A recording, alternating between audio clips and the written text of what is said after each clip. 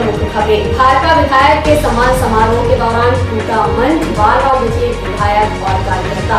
नव निर्वाचित खनिज अधिकारी ने की ताबड़तोड़ कार्रवाई, 3 करोड़ से ज्यादा की हुई वसूली। जमीनी विवाद को लेकर भाई ने भाई को उतारा मौत के घाट और 10 दिसंबर से भरे जाएंगे हस्त 2024 के फॉर्म। इन खबरों को आगे हम विस्तार से देखेंगे। रीवा जिले के त्योंथर विधानसभा से नवनिर्वाचित भाजपा विधायक सिद्धार्थ तिवारी का स्वागत सम्मान समारोह किया जा रहा था। इसी दौरान मंच टूट गया। इसके बाद वीडियो वायरल हुआ है। घटना चारघाट की बताई जा रही है।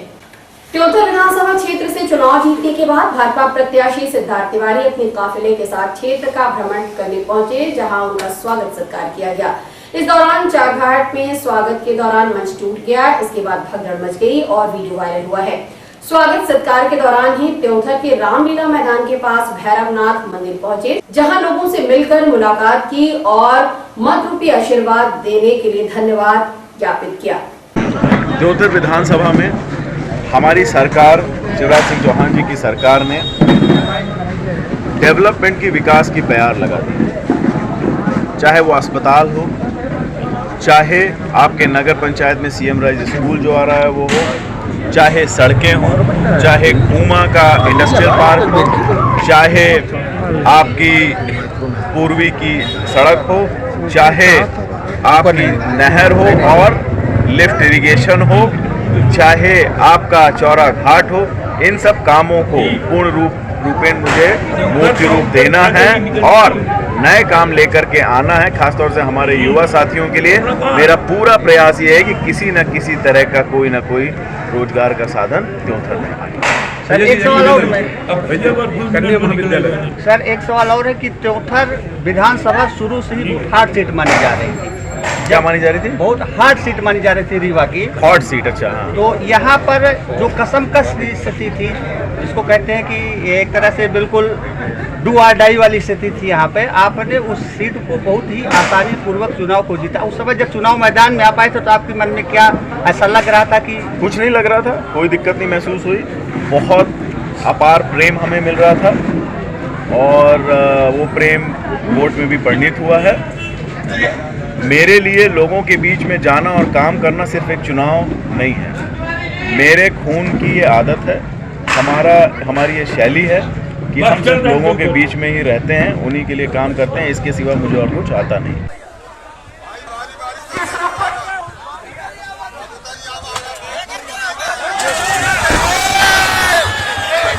जमीनी विवाद के चलते भाई ने अपने ही परिवार के साथ मिलकर दूसरे भाई को मौत के घाट उतार दिया।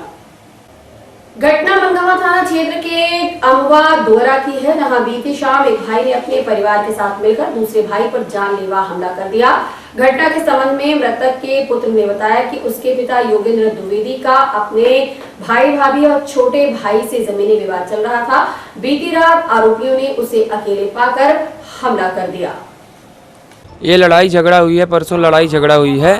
फिर उसके बाद अस्पताल ला रहे थे, अस्पताल लाते वो डॉक्टर की फिर चेकअप वेकअप कराए, ECG कराए, बोले नहीं। मारने वाले थे विष्णु द्विवेदी, भरत द्विवेदी, सावित्री द्विवेदी और रामजी द्विवेदी।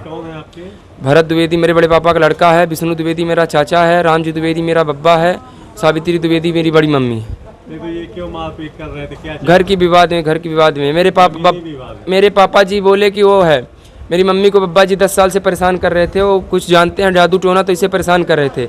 मेरे पापा जी बोले, बब्बा जी बड़े पापा से बोले कि इनको बचा के रखना, ठंडी में कहीं सटक न जाएं। तो इतने में फिर सब घर वाले फिर मारने लगे। कुछ जमीनी विवाद भी है? जमीनी विवाद, हाँ, खेत और मेड़ और सब जोत रहे थे, इसे सब जमीनी विवाद के कारण सब कुछ उला लिए। जमीनी विवाद फिर ला लिए और कुछ फिर बोले मैं इधर से गेट से निकलने नहीं दूंगा, सब कुछ ला के फिर अकेले पाके मारे। ये आरोपी पकड़ गए पुलिस को? हाँ, चाचा और बड़ी मम्मी पकड़ गए। बाकी लोग कहाँ हैं? बाकी लोग अभी नहीं पकड़े। हाँ, बड़ा पापा का लड़का है, वो घर में है। महोगंज जिले में नईगढ़ी थाना क्षेत्र के अंतर्गत जमीनी विवाद में जमकर मारपीट हुई है, जिन्हें इलाज के लिए रीवा के संजय गांधी अस्पताल में भर्ती करवाया गया है। मामला नईगढ़ी थाना क्षेत्र के दुग्गमा गांव का बताया जा रहा है, जिसमें परिवार के ही लोगों का आपस में जमीन के बंटवारे को लेकर विवाद हो गया था, जिसमें कुशवाहा परिवार के 4 लोग घायल हो गए, जिनको रीवा के संजय गांधी अस्पताल में भर्ती करवाया गया है। पीड़ित शिवेंद्र कुशवाहा ने मीडिया को जानकारी देते हुए बताया कि गांव में ही हम लोगों की जमीन है, जिसमें परिवार की ही कुछ लोग पानी लगा रहे थे। देखते ही देखते परिवार में झगड़ा होने लगा और लाठी डंडे चलने लगे, जिसमें कुशवाहा परिवार के कई लोग घायल हुए हैं, जिनका इलाज रीवा के संजय गांधी अस्पताल में चल रहा है। देखिए घटना के संबंध में पीड़ित ने क्या बताया। शिवेंद्र कुशवाहा नाम है मेरा। कहाँ के रहने वाले हैं, क्या घटना? गवा तहसील नई गढ़ी जिला मेरा रीवा ही लगता है। क्या घटना क्या हुआ? घटना ये हुई है कि 4-5 लोग इकट्ठा होके 8 लोग इकट्ठा होके प्लानिंग में थे मारने के चक्कर में।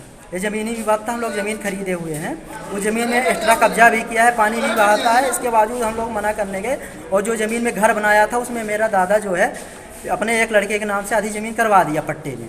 फिर हम लोग जब फिर जा रहा था, जो आधी बची है जिसमें मेरा घर बनवाया था उसको भी करवाने जा रहा था, तो हम लोग बोले कि बाबा आप क्यों जा रहे हो, पकड़ने के लिए गए ये लोग।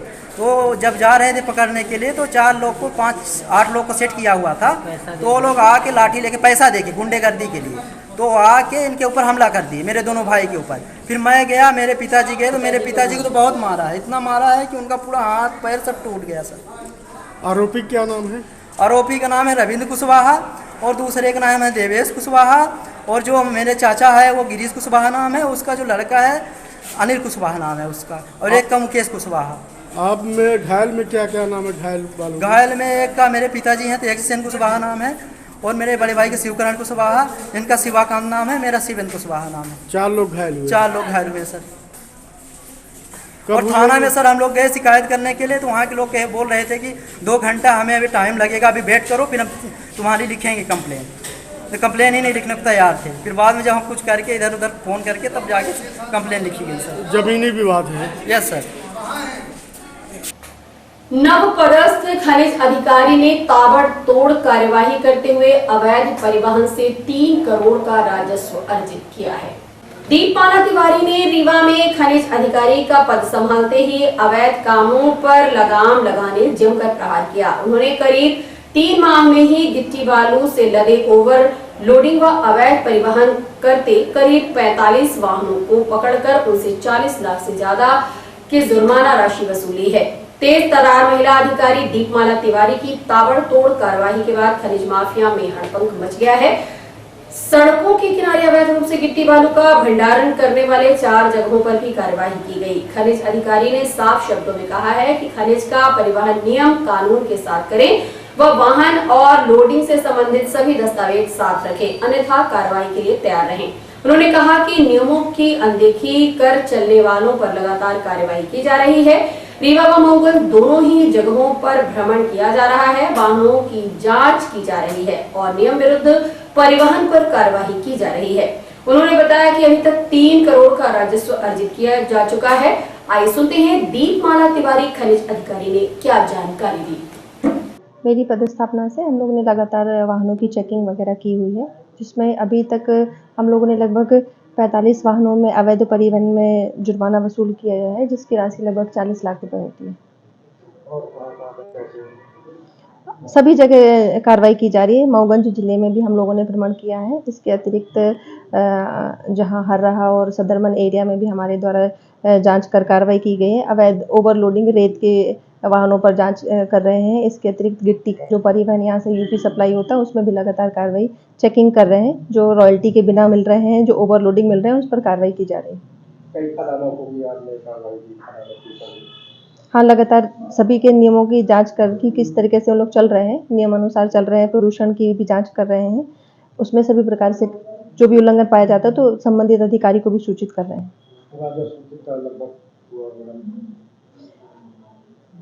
अभी रीवा जिले में राजस्व मेरी पदस्थापना के बाद से हम लोगों ने लगभग जो है 3 करोड़ रुपए राजस्व अर्जित किया हुआ है। देखा जा रहा है कि ये तराई अंचल क्षेत्र में अगर बालू चलता रहता है, जो भी शिकायत मिलेगी हम लोगों को उस पर तत्परता से कार्रवाई की जाएगी। हत्या के आरोपियों को गिरफ्तार किए जाने को लेकर आज पीड़ितों ने पुलिस अधीक्षक को ज्ञापन सौंपा है। शिकायत लेकर पुलिस अधीक्षक कार्यालय पहुंचे रामायण केवट ने बताया कि 1 नवंबर को उनका भाई रोहित घर से निकला था, जो कई दिन तक नहीं आया। जब मां और भाई द्वारा तलाश की गई, उसके बाद भी नहीं मिला तो 7 नवंबर को गुड़ थाने में गुमशुदगी की शिकायत दर्ज की गई, जिसके बाद लगातार तलाश जारी थी। वहीं 12 नवंबर को खजुहा में रोहित की लाश सगरा तालाब में मिली, जिस पर पुलिस को सूचना दी गई। पुलिस ने अपराध पंजीबद्ध किया। रामायण कीवट का आरोप है कि उसके भाई की हत्या गांव के ही गुड्डा चौरसिया पिता नारायण चौरसिया, शिवेंद्र चौरसिया पिता विजय चौरसिया, सुरेंद्र चौरसिया पिता रामलाल चौरसिया, भोला यादव द्वारा मिलकर की गई थी। गुड़ पुलिस से ना तो उसके साथ सख्ती से पूछताछ की और ना ही इन पर कोई कार्रवाई की गई है। अगर पुलिस सही तरीके से पूछताछ करती तो अभी तक आरोपी पकड़े गए होते। सभी आरोपी फरार बताए जा रहे हैं। इस संबंध में आज पीड़ितों ने पुलिस अधीक्षक रीवा से उचित कार्रवाई की मांग की है। मेरे भाई की मृत्यु हुई है, मर्डर हुआ कब? 12 तारीख को। ये कैसे हुआ, कब से निकले थे घर से? 1 तारीख से निकला था, 12 तारीख को लाश मिली है तालाब में। कैसे मालूम किया आपको कि मर्डर हुआ है? वो हाथ टूटा था और सिर पे चोट लगी थी और गले पे वो पंजा का है वो पट्टा बांधा हुआ था। और साथ तो पुलिस से शिकायत की, पुलिस ने आरोपियों को पकड़ा क्या? कोई जानते हैं उसको जिसने मारपीट की होगी?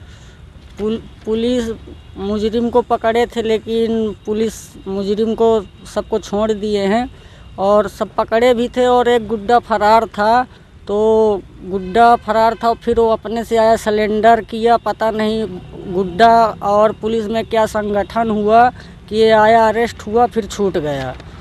और 7 तारीख को मैं और मम्मी रिपोर्ट करने मतलब गुड़ थाने में जा रहा था, तो वो गुड्डा हमारे पीछे पीछे गया था और धमकी भी दे रहा था कि रिपोर्ट मत करो, तुम्हारा लड़का आ जाएगा। उसको मतलब गुड्डा को पता था, इसके लिए ऐसा बोल रहा था ना। अब उसके बाद बॉडी मिल गई उसकी, फिर 12 तारीख को बॉडी मिल गई। कहाँ पे मिली थी? कहाँ? ये सगरी तालाब पे। कौन सा थाना लगता है ये? गुड़ थाना लगता है। तो आरोपी अभी कहाँ है? आरोपी कोई भी नहीं है थाने में, सब फरार हैं, सबको छोड़ दिए हैं, फरार हैं। अब मैं गया था थाने में मतलब देखने, तो कोई दिखाया भी नहीं। अब हम लोग को जान से मार देने की धमकी भी दे रहे हैं। कहीं जाता हूँ रीवा गुड़, कहीं भी जाता हूँ तो पीछे पीछे हमारे आते हैं। क्या चाहते, कार्रवाई ना हो? ये चाहता हूँ कार्रवाई हो। वो लोग ये चाहते हैं कार्रवाई ना करो, ऐसा कुछ? हाँ, ये बोलते हैं कि ऐसा मत करो, नहीं तुमको भी मार डालूंगा। मेरे को भी मारने के लिए बोल रहे हैं। क्या नाम आपका? रामायण कीवट। और मिलते एक छोटे से ब्रेक के बाद। हड्डी जोड़ एवं रीढ़ रोग तथा स्त्री रोग एवं प्रसूति रोग का इलाज एक ही छत के नीचे। विघ्नहर्ता hospital and trauma centre, hotel landmark के पास, रतहरा, रीवा। डॉक्टर संतोष सोनी, पूर्व चिकित्सक, बॉम्बे हॉस्पिटल, मुंबई। हड्डी जोड़ एवं रीढ़ रोग विशेषज्ञ, छोटे चीरे एवं दूरबीन विधि द्वारा हाथ तथा पैर की हड्डियों का ऑपरेशन। गठियाबात, जटिल एवं बिगड़े हुए फ्रैक्चर का बेहतर इलाज करते हैं डॉक्टर संतोष सोनी। विघ्नहर्ता हॉस्पिटल ट्रॉमा सेंटर में ही स्त्री एवं प्रसूत रोग विशेषज्ञ डॉक्टर शैलजा सोनी भी उपलब्ध हैं, जिनकी देखरेख में नॉर्मल डिलीवरी, सिजेरियन ऑपरेशन एवं बच्चेदानी से संबंधित ऑपरेशन की बेहतर सुविधा। संतानहीन दंपत्ति तत्काल संपर्क करें। विघ्नहर्ता hospital and trauma centre, hotel landmark के पास, रतहरा, रीवा। सुविधाजनक एवं सफल इलाज हेतु आज ही संपर्क करें। विघ्नहर्ता hospital and trauma centre, hotel landmark के पास, रतहरा, रीवा। मोबाइल नंबर 7828781983 अथवा 8462956774 पर।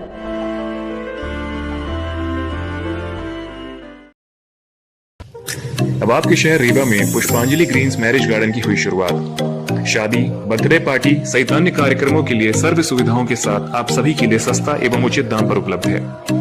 2 एकड़ से अधिक एरिया में बने मैरिज गार्डन में सीसीटीवी कैमरे एवं बेहतरीन पार्किंग व्यवस्था के साथ में 6 कमरे, अटैच लेट बाथरूम, उत्तम हॉल की व्यवस्था, इतना ही 4500 वर्ग फीट में निर्मित मैरिज हॉल सभी व्यवस्थाओं के साथ उपलब्ध है।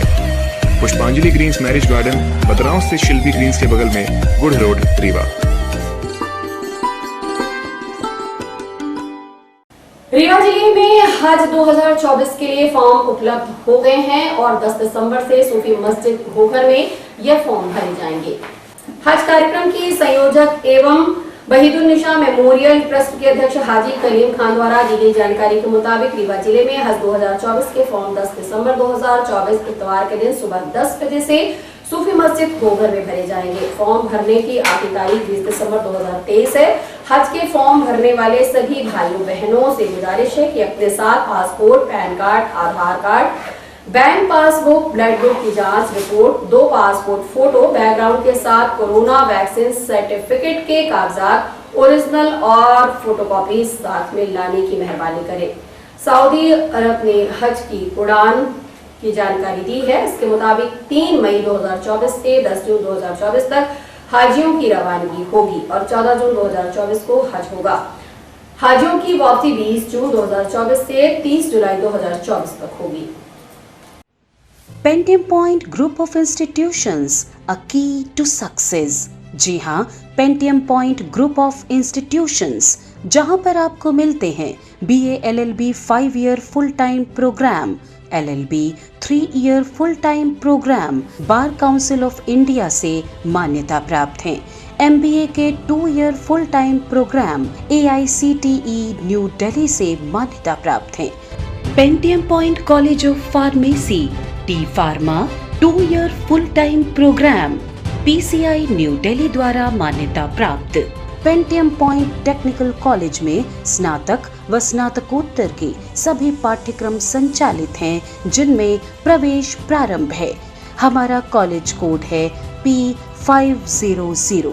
याद रखिए, सामान्य वर्ग BPL कार्ड धारकों को शिक्षण शुल्क में छूट व SC/ST OBC छात्रों को मध्य प्रदेश शासन के नियमानुसार छात्रवृत्ति। आप संपर्क कर सकते हैं हमारे हेड ऑफिस में, जो है हेडगेवार नगर, रेडियो कॉलोनी के सामने रीवा, और कॉलेज कैंपस में, जो है करहिया सिमरिया रोड और हरदी सिमरिया रोड रीवा में।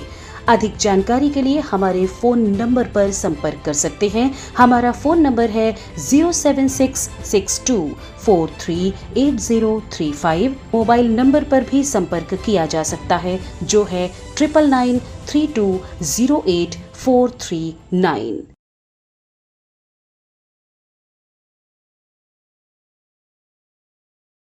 आज की खबरों में बस इतना ही। नई खबरों के साथ हम होंगे पुनः उपस्थित। इजाजत दीजिए, को नमस्कार।